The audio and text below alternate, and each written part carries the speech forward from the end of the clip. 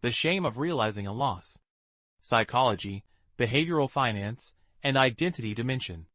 When an investment loses money, there are two kinds of pain. The loss of money. The shame of admitting the loss. Often, the second pain is greater. Saying, "I was wrong," is a more difficult act for many investors than losing money itself. Let's examine this issue from a psychological and behavioral finance perspective. 1. Why is realizing a loss so difficult? There is a tendency in the behavioral finance literature known as the disposition effect. People sell winning investments early. They hold on to losing investments for a long time. This tendency is related to loss aversion. This concept is explained by prospect theory, developed by Daniel Kahneman and Amos Tversky. The basic finding is, people feel losses more intensely than gains of the same magnitude. But the issue here is not just pain, it's shame. 2. Shame or regret? Regret is, "I wish I hadn't made that decision." Shame is, "Was it really me who made that decision?" Shame is directed at identity, not behavior.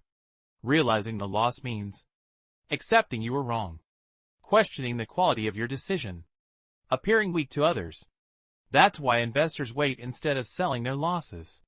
Because the moment of selling is the moment of facing the truth. 3. Social dimension, fear of telling others. For many investors, the loss isn't just internal. They've told their friends. They've advised their family. They've shared it on social media. Realizing the loss means, "I was wrong." This triggers a fear of losing social status. The human brain perceives social exclusion as physical pain.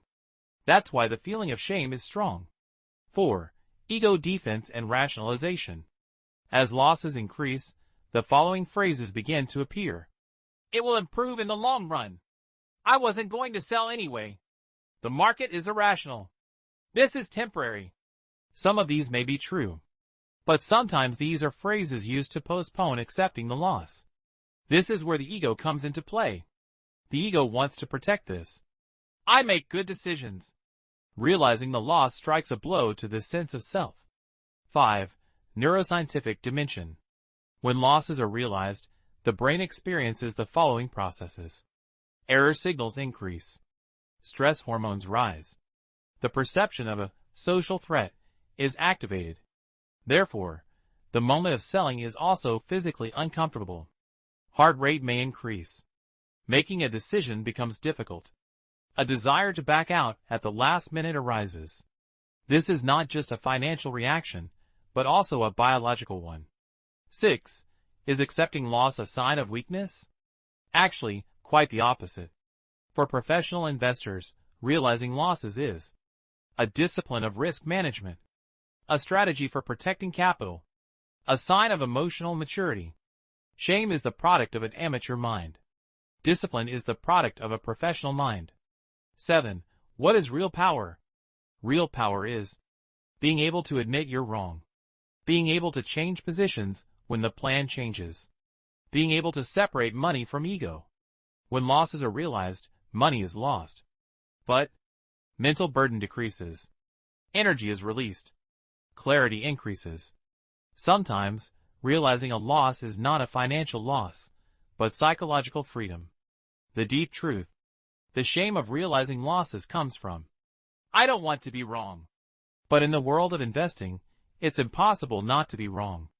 The difference between a successful investor and an unsuccessful investor is not who makes fewer mistakes, but who admits their mistakes faster.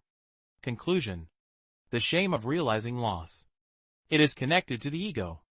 It is related to the perception of identity. It triggers fear of social status.